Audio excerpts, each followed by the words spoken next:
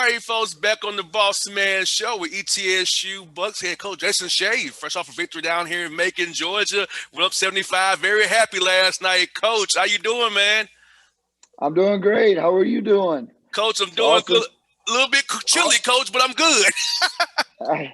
I see that you're all bundled up, and it was crazy weather up here. We had 65 one day, and then the next is down in the 30s, and then it snowed. So it was good. But yeah, it was a good ride home last night. Yeah, we played hard and played well, and made that 5.5 hour trip back home and getting back at 3:30 in the morning a little bit more easier.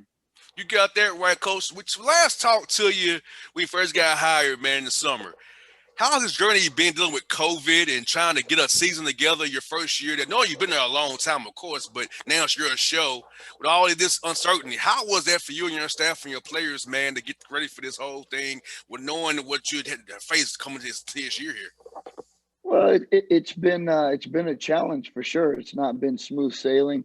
We've had guys that have had things that have gone on at home that they're worried about. Then we're trying to deal with staying negative as far as the testing goes here, and we've been on pause 3 or 4 times. Um, just the challenges that come with that, and them trying to still be student athletes and just Yes.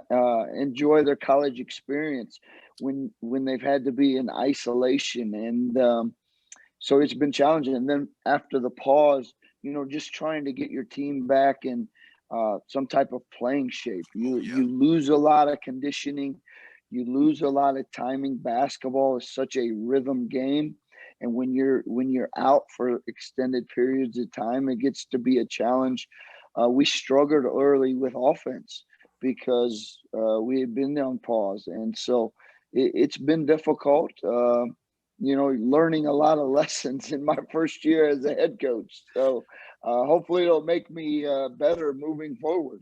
Coach Forbes didn't put that in the book for you, did he?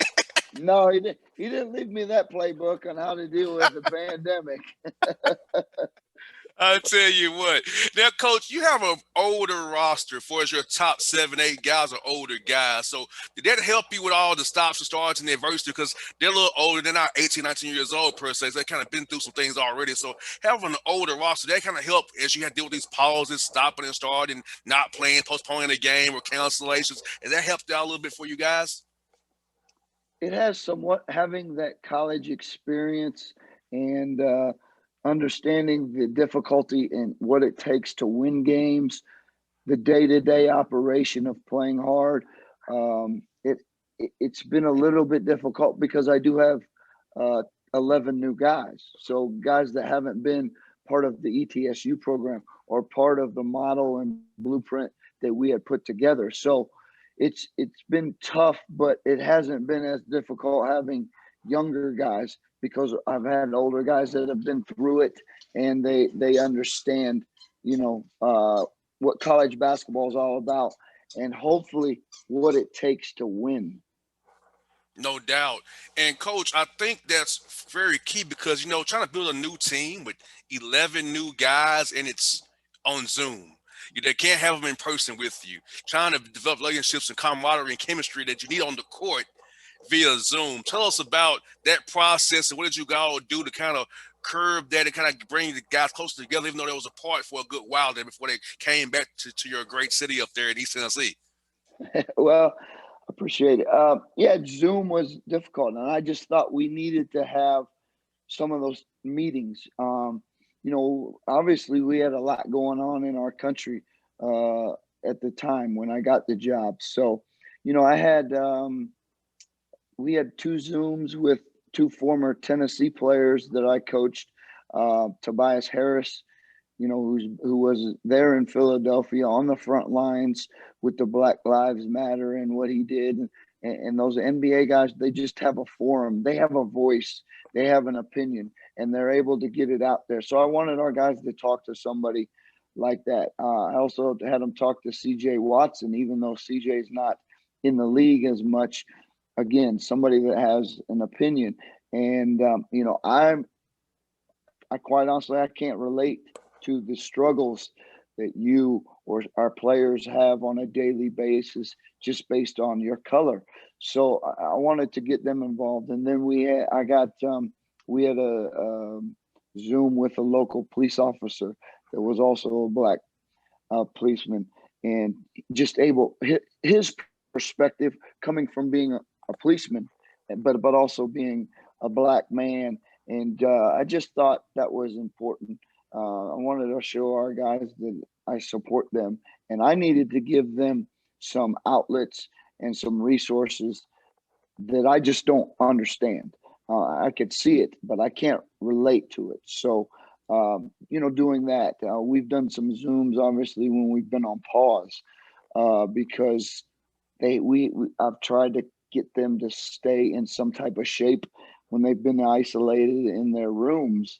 And, my strength coach has done a great job in giving them body weight things that they can do in their rooms. And then he was able to, when the CDC changed guidelines a little bit, he took a stationary bike and a few weights and whatnot to their rooms to help minimize the loss that they were going to have because we Yeah. couldn't get in the gym as much. So, And coach, I think it's so good because for me with my interns who I'm in my 30s, they're 18 to 20 years old.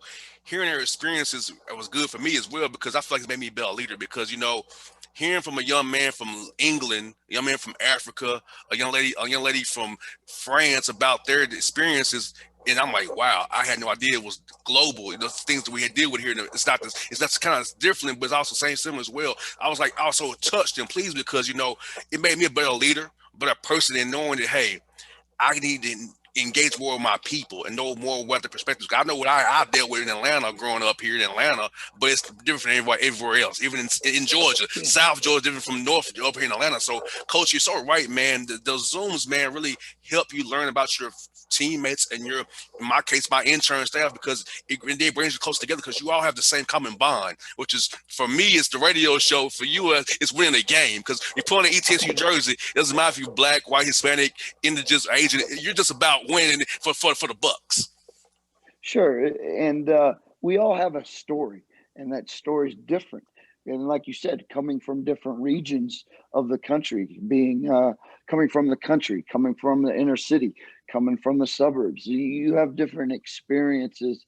And for us to be able to, we got to hear those, and we got to create a platform so that we can learn from each other and move forward. I've always, I guess the one thing, it's difficult for me because I had black friends, but I grew up in a small town. However, the one thing I've learned in this business and in life is, you don't do this on your own, Oh, so yeah. you need people to help you. So what does it matter what religion you are, what color you are, how old you are? Uh, we're all trying to improve our status or Yes. get better. So because if I were somehow to fail and have to come down that mountain, I'm gonna need them same people that Yes. help me get to the top of that Yes. mountain when I come down. So I just struggle with why there's such hatred. I just don't get it because we all need each other to be successful. And coach, it's so funny you say that because for me, growing up in Atlanta, in the inner city that I grew up in the poor part of town, man, I didn't meet my first white kid. I was 7 years old, coach, playing travel baseball.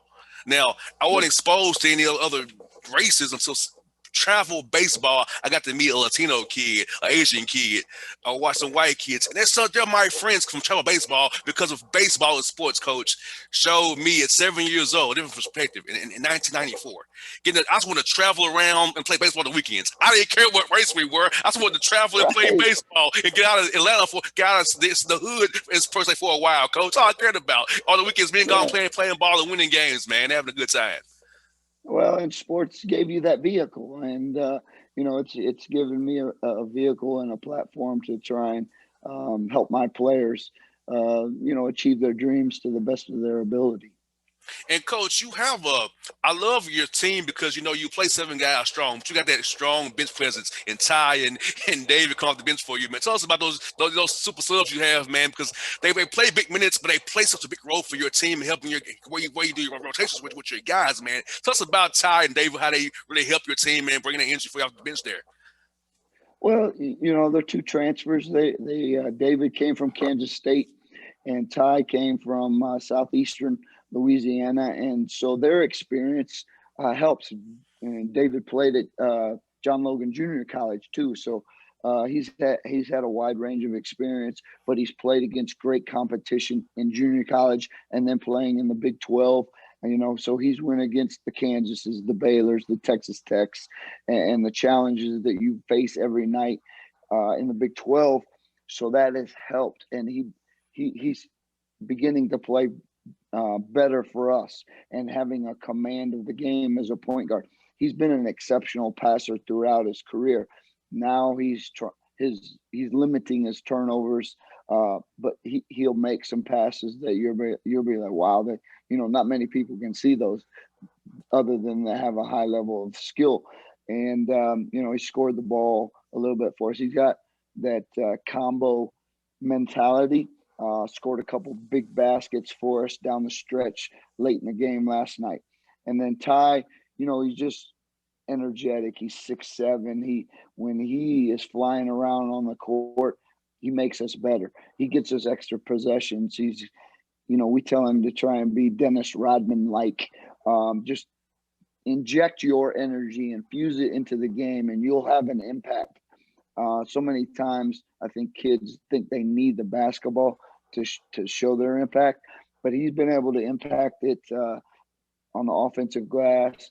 He's gotten the passing lanes, and then when he's had an opportunity on the offensive end, he's taken advantage of it.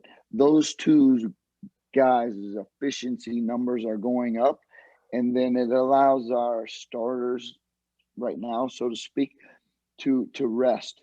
I coached a long time, 10 years with Coach Pearl, and one of the things that made us good was that we had depth, and that we didn't have guys that played heavy minutes night in and night out, because over the length of a season, if you're playing 35 minutes, it can wear on you. And so I think Yes. we've been fresher. And so those two help with our depth so that we can stay fresh.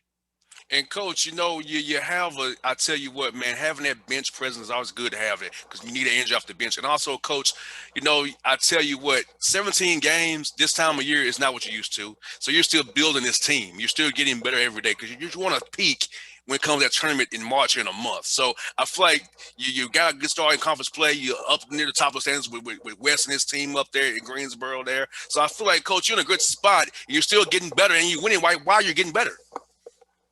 We are. We had a setback on Monday against Wofford. The top four teams in our league are always really good, and it's been Greensboro, it's been Furman, it's been Wofford, and it's been ETSU.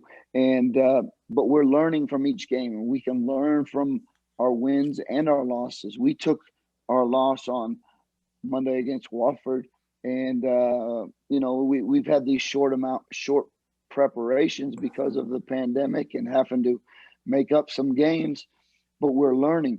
And maybe some people would have not practiced as hard as we did on Tuesday in preparations for Mercer's game, but I felt there were some things in the Wofford game that we needed to correct. So we had not a lengthy practice, but we did go hard, and maybe that hurt us early in the beginning of the Mercer game. We looked like we were playing in Colorado in the Rocky Mountains. The oxygen was low, and we were sucking gas, and we were moving like we were in quicksand. But to my guys' credit, they persevered. They fought through the fatigue. They had some fight in them. I told them at halftime, you either are a fighter or you're a quitter. We're going to find out which one you are. And so, every opportunity is a chance to learn, failure or having success. And that's just been my goal. Can we continue to get better and play our best basketball as we get down the road here and towards the end of the year when it's important. And then can you play in those meaningful, magical moments in March that everybody dreams about? Coach, you got your rival, in-state rival, UT Chattanooga, coming up your way this Saturday. Lamont Pearson's team, they had a good non-conference season, not so much SoCon play, but always a tough out. Lamont and his guys over there, man. So we're looking forward on film, seeing for those guys when they come to see you guys Saturday. Well, Lamont always does a good job. You know, he coached under the Bo Ryan tree, and they're going to play solid defense and try and stay in front of you and make it difficult. Not going to try and limit your threes. Make it tough in and around the basket. Then they're going to do a good job of playing inside out basketball.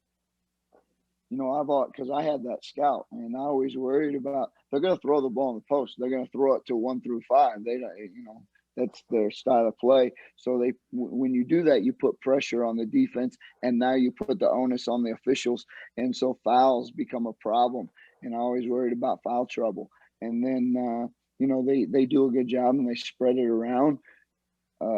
They've got pretty good balance on the offensive end. So again, another challenge that's different. You know, there's a lot of different styles of play in the SoCon that get you ready, you know, for postseason. And so just another quality basketball team that's, you know, probably his best team so far, even though they've had a few hiccups here early in the SoCon conference play. As you said, they started. I think they were undefeated in the non-conference, so they're capable. They're understanding how to win, and so it'll be a good ball game, and it's always exciting for.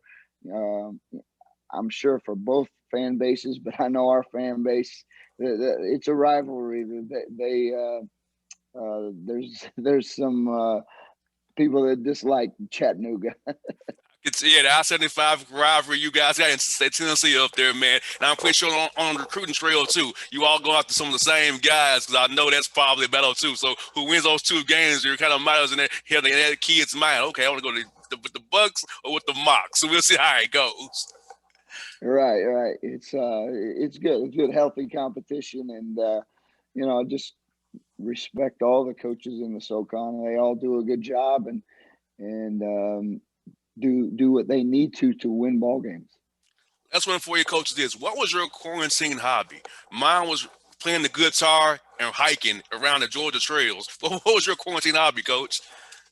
Well, I needed to drop a few lbs, so I got a nutrition consultant, and you know, I did a diet, so I lost 42 pounds, and then got a Peloton, and we did a little bit of hiking. Obviously, we're in the Appalachian Mountains, and so got out away from people, got up there on a couple trails, and so yeah, so I would say, you know, some hiking. I got my fat ass on the bike, and I lost a few lbs. Coach, I need to do the same thing, man. Look, I've been slacking off, Coach. I've been eating too many wings, man. And wing stop. I gotta stop that, Coach. That'll get you. That'll get you real quick. They add up real fast. Yes, hey, being in the house, going to wing stop. I love tacos as well. So I told myself I gotta chill out, man. I got chill. You're a lot like me. My family, we love Mexican, so we're gonna have some Mexican. But I always like, we got a Wild Wings Cafe here, so I'm gonna eat me some wings. My radio show's there, so it's a problem. But when I'm in town and the season, it's hard. We're on the road a lot, so that's where I suffer. But when we're in town, I try to get back on my diet for a few days. So I hear that. I hear that, Coach. But Coach Shay, thank you for your time as always. Good to catch up with you again, Coach. Good luck to you Saturday when Lamont comes in town to see you, man. All right, Jay, I appreciate it. It's always enjoyable. Anytime. Be good, Coach. Talk to you soon, buddy. All right, thank you. Go Bucks. Thanks now.